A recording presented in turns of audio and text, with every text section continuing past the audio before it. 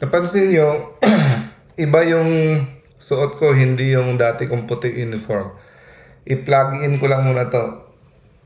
Medyo pogi tayo ngayon kasi binigay itong t-shirt na ito ni Brother Adrian Milag. My dear friend, Christmas gift.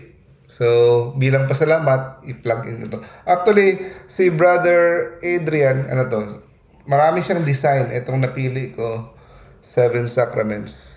Napakaganda ng mga t-shirts ni Brother Adrian.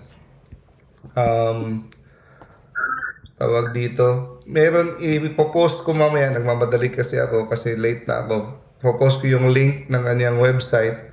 Makaka-choose kayo ng mga different designs niya sa t-shirt. So again, thank you Brother Adrian Milag sa gift. Wala pa akong gift sa'yo.